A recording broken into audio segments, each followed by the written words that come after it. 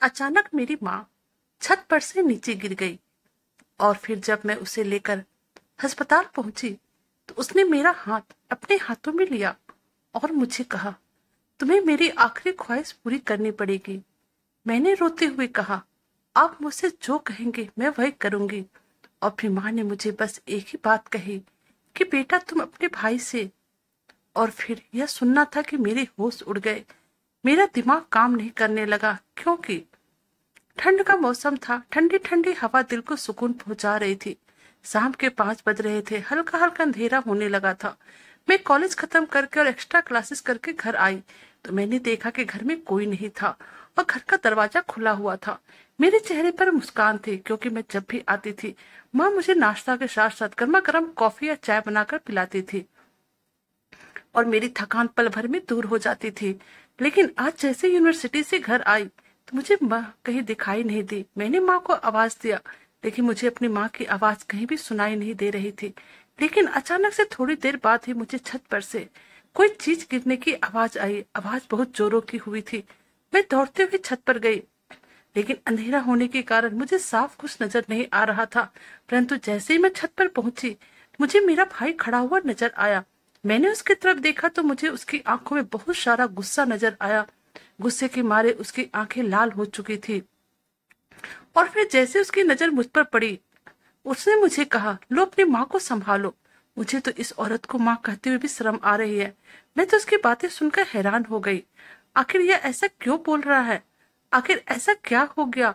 मैं बहुत ज्यादा चिंतित हो गई और काफी टेंशन में आ गई। मेरी आंखों से आंसू बहने लगे।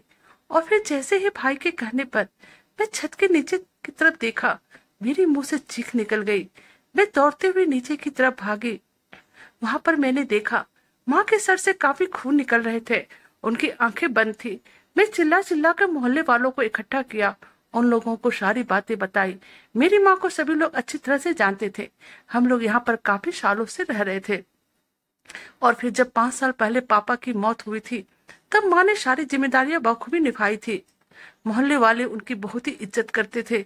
मैं माँ को आवाज दे रही थी और उन्हें अपनी आंखें खोलने के लिए कह रही थी। वो मुझे कुछ बातें करना चाह रही थी। फिर किसी ने एम्बुलेंस को बुला लिया और मैं अपनी माँ को लेकर अस्पताल पहुंची।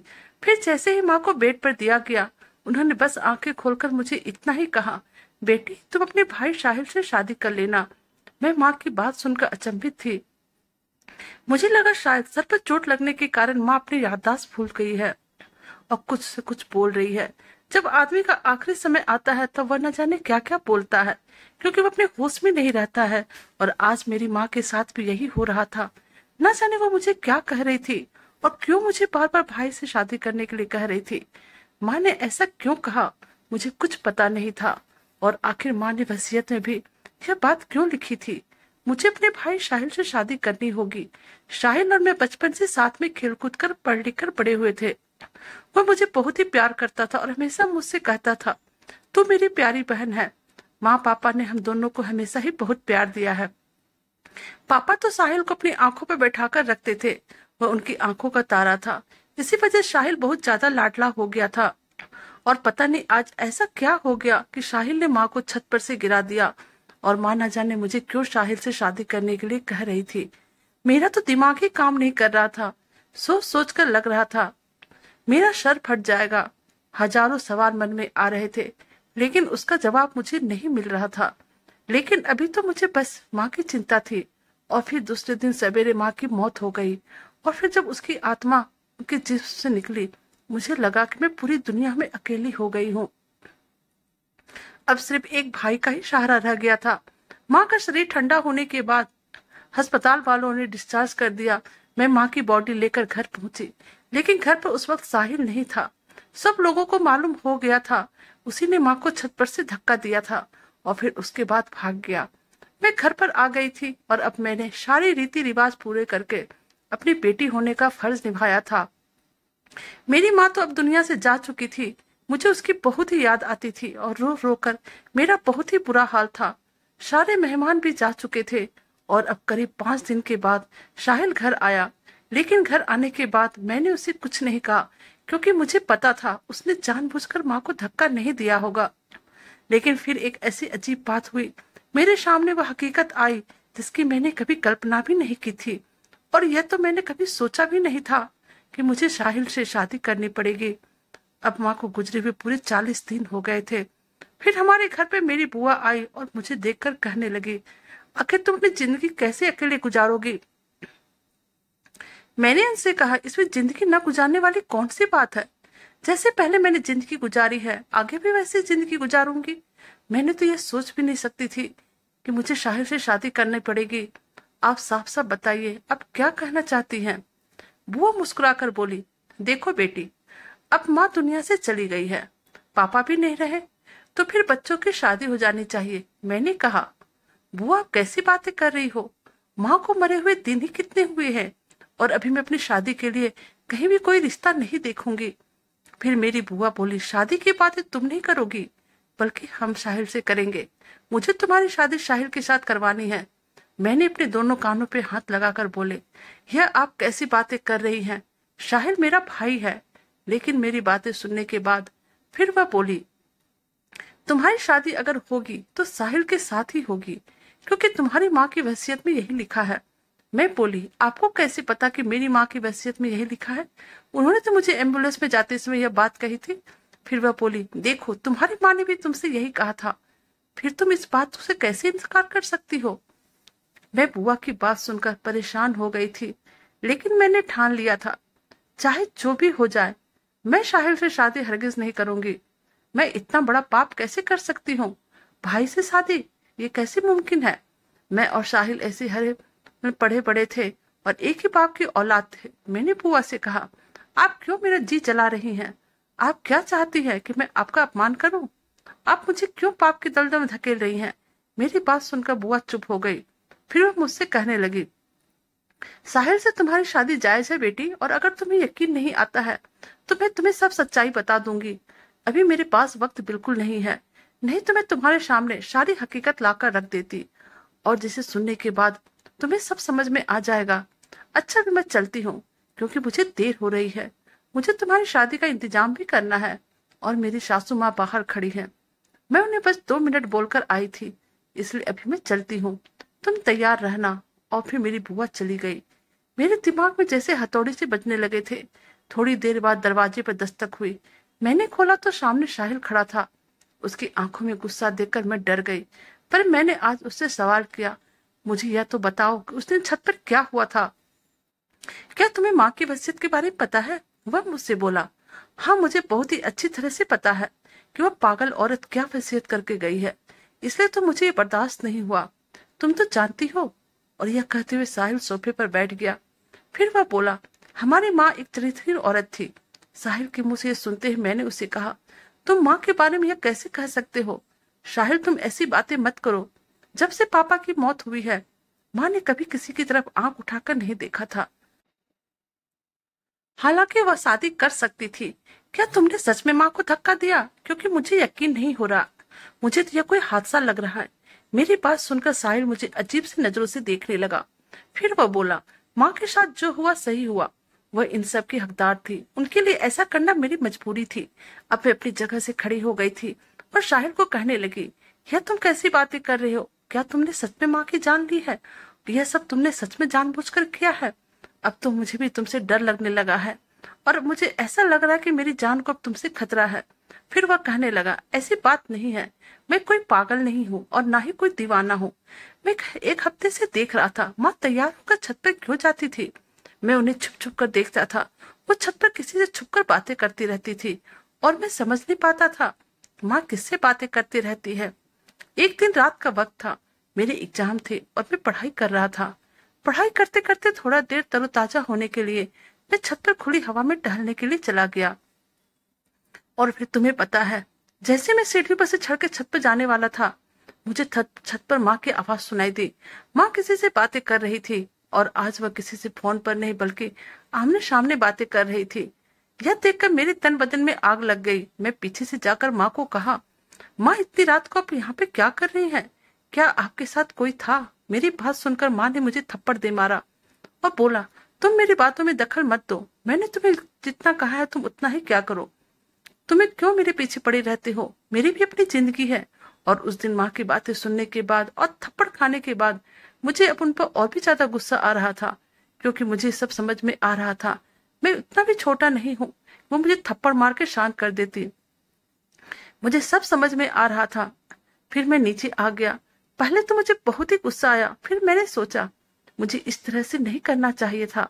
आखिर वो मेरी माँ है। दूसरे दिन मैंने उनसे कहा, माँ अगर आप इसी तरह की हरकत करती रहेंगी तो फिर बदनाम हो जाओगी। माँ ने मुझे कुछ नहीं बोला और फिर मैं अपने काम में बिजी हो गया। लेकिन आज फिर शाम के वक्त माँ दोबारा से छत पर चली गई। आज मैंने सोचा था कि आज कुछ अच्छा खाना मैं खुद ही पकाऊंगा और हम लोग मिलकर पार्टी करेंगे। आज मैं छत पर नहीं गया, बल्कि माँ के नीचे उतरने का इंतजार करता रहा। लेकिन काफी देर हो जाने के बाद भी माँ नीचे नहीं आई। फिर मैंने उसे कहा, अच्छा अब यह बात बताओ, तुमने माँ को धक्का क्यों दिया? मेरी बात पर साहिल रोने लगा और बोला, मैंने उन्हें जानबूझकर धक्का नहीं दिया। जब काफी देर हो जाने के बाद भी माँ छत पर से नीचे नहीं आई तो मैं उन्हें बुलाने के लिए छत पर गया। वह किसी आदमी से बहुत ही अजीब तरीके से बातें कर रही थी। वह कह रही थी, अब मैं तुमसे शादी कर सकती हूँ, अब कोई रुकावट नहीं है। मुझे जमाने ने बहुत कुछ सिखा दिया है और वैसे भी अब तुम्हारा होना मेरी जिंदगी में बहुत जरूरी हो गया है। मैं चुपचाप उनके पीछे खड़ा होकर उनकी बातें सुन रहा था और फिर पीछे मुड़ने पर जैसे ही माँ ने मुझे देखा, वह मुझे कहने लगी, अभी के अभी तुम नीचे जाओ, क्यों हर वक्त तुम मेरा पीछा करते रहते हो? मैंने उनसे कहा, माँ आप किसी से शादी की बातें कर रही थी? मुझे दिखाइए कि फोन में आप किससे बातें कर रही थी। इस उम्र में क्यों आप किसी से शादी करके पापा की इज्जत को नीलाम कर रही हैं? और फिर मैं माँ से मोबाइल छीनने लगा और इसी छीना झपटी में छत पर साइड में खड़े होने के कारण माँ को धक्का लग गया और वह छत पर से नीचे गिर गई। मेरा ऐसा करने का कोई इरादा नहीं था और माँ के साथ जो हुआ शायद भगवान को यही मंजूर था। मैंने उसे कहा, तुम पहले उनसे पूछते तो वह कौन है जिससे कि आप शादी करना चाहती है? तुम माँ से फोन क्यों छीन रहे थे? और देखो, भगवान ने माँ के ऊपर कोई लांछन नहीं लगने दिया और हमारी माँ इज्जत के साथ अपनी जिंदगी जी रही थी और इज्जत के साथ ही इस दुनिया से भी चली गई। फोन भी माँ के साथ ही टूट गया और तुम भी उसमें कुछ मालूम नहीं कर सके। साहिल मेरी बातें सुनकर पछताने लगा, बोला, तुम ठीक कहती हो, मुझे अभी तक नहीं मालूम माँ किससे बातें कर रही थी, और अगर तुम्हें भी कुछ पता चले मुझे जरूर बताना। फिर मैं साहिल से कहा, माँ ने जो वसीयत बनाई है बहुत ही अजीब है। साहिल बोला, वह सब मैं देख लूंगा, तुम फिक्र ना करो, क्योंकि ऐसी पागल वाली बातें कोई पागल इंसान ही कर सकता है। क्या पता माँ दिमागी मरीज हो, क्या पता वह खुद से ही बातें करती हो। फिर यह कहकर साहिल रोने लगा, मैं माँ का कत्ल कर दिया। मैं साहिल को कहा, तुम फिक्र मत करो, जो भी हुआ अनजाने में हुआ, तुम्हारी कोई गलती नहीं है। अब वह वक्त गुजर चुका है। माँ इस दुनिया से चली गई है। जो हम लोगों की किस्मत में लिखा था वह हो गया है। अब हम गम मनाकर क्या करेंगे? तुम एक अच्छी सी लड़की देखकर उससे शादी कर लो, फिर इस घर में रौनक आ जाएगी। मैं शाहिद को समझा रही थी कि उसी वक्त बुआ आ गई और हम लोगों को देखकर बोली, अरे तुम लोग ऐसे ही बैठे हो? उधर खानदान में तुम्हारी शादी की तैयारियां चल रही है। मैं चौंक कर खड़ी हो गई, बोली, बुआ ये नाटक मत करो, आप पागलों जैसी बातें क्यों कर रही हैं? और आप भाई बहन के पवित्र रिश्तों की धज्जियां क्यों उड़ा रही है? और आप ये शादी की तैयारियां क्यों कर रही हैं? फिर बुआ ने ऐसी बातें कही जिससे सुनने के बाद मेरे और शाहिल के होश उड़ गए। उन्होंने कहा, तुम दोनों भाई बहन नहीं हो, इसलिए यह रिश्ता जायज है और तुम दोनों शादी कर सकते हो। मैं बुआ की बात सुनकर नीचे जमीन पर बैठ गई और मैंने उनसे कहा, अब आप यह बात दोबारा मत कहिएगा कि हम लोग भाई बहन नहीं हैं। फिर बुआ बोली, आज मैं तुम्हें हकीकत बताऊंगी और तुम दोनों को अपने रिश्ते की पहचान करवाऊंगी। मैं नहीं जानती कि तुम्हारी माँ ने वसीयत क्यों बनाई, लेकिन मुझे इतना पता है, अगर तुम दोनों की शादी हो जाएगी वह कोई पाप नहीं होगा, क्योंकि तुम दोनों असल में भाई बहन हो ही नहीं। मेरी बातें सुन लो, उसके बाद तुम दोनों को जो फैसला करना होगा तुम दोनों कर लेना। फिर बुआ मुझसे कहने लगी, देखो बेटी, यह उस वक्त की बात है जब मैं और तुम्हारी माँ एक ही कॉलेज में पढ़ा करती थी। तुम्हारी माँ मेरी बेस्ट फ्रेंड थी, वह मुझसे कुछ भी नहीं छुपाती थी। हमारे कॉलेज में ही पढ़ने वाला एक लड़का सूरज, जिससे कि तुम्हारी माँ बहुत ही प्यार करती थी, और वह दोनों आपस में शादी करने वाले थे, लेकिन अलग खानदान होने के कारण दोनों के परिवार वाले नहीं माने और फिर सूरज की शादी उनके माता पिता ने कहीं और करवा दी। सूरज इस शादी से बिल्कुल खुश नहीं था, लेकिन अपने बूढ़े माँ बाप के खातिर उसने अपने प्यार की कुर्बानी दे दी। और इधर तुम्हारी मम्मी की शादी भी मेरे भैया के साथ हो गई। समय यूं ही बीत रहा था और जब शादी के 3 साल बीत गए तब भाभी मां नहीं बन पा रही थी। डॉक्टर ने काफी इलाज किया लेकिन सक्सेस नहीं हुआ। एक दिन अचानक से भाभी को सूरज का फोन आया। भैया को सूरज के बारे में सब पता था। भाभी उनसे कोई बात नहीं छुपाती थी। और फिर जब भैया और भाभी दोनों सूरज से मिलने के लिए गए तो सूरज के हाथ में एक 6 महीना का बच्चा था जो कि साहिल था। सूरज ने बताया कि वह लोग कुल देवी की पूजा करके लौट रहे थे, लेकिन आने वक्त एक्सीडेंट हो जाने के कारण सूरज के मम्मी पापा और पत्नी वहीं पर चल बसे। लेकिन उनकी पत्नी के घर वालों ने सूरज के ऊपर झूठी इल्जाम लगाकर उन्हें फंसाने की कोशिश किया और उनके पीछे पुलिस लगा दिया है क्योंकि उन्हें जानबूझकर एक्सीडेंट करवाया और अपनी पत्नी के साथ साथ अपने माता पिता की भी जान लिया। इसलिए सूरज बोल, पता नहीं कब मुझे पुलिस पकड़ के ले जाए। इससे पहले कि किसी को भी मेरे बेटे के जिंदा होने की खबर मिले, मैं इसे तुम्हें दे रहा हूँ, तुम इसका अच्छा से परवरिश करना। और फिर यह कहकर सूरज चला गया। यह कहकर बुआ चुप हो गई और मैं उनकी तरफ देखने लगी। तब उन्होंने मुझसे कहा, तुम भाभी की छोटी बहन की बेटी हो। तुम्हारी मम्मी ने भागकर शादी की थी, जिस कारण भाभी के मैके वाले बहुत ही गुस्से में थे। और फिर एक दिन उन लोगों ने तुम्हारे मम्मी पापा को रातों रात गायब करवा दिया।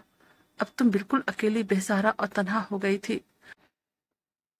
वह लोग तो तुम्हें अनाथ आश्रम भेजना चाहते थे, फिर मेरी भाभी ने तुम्हें अपनाया और मां बनकर तुम्हें बेटी का प्यार दिया। मेरे भैया और भाभी कभी भी किसी को यह नहीं बताया कि तुम दोनों उनकी संतान नहीं हो।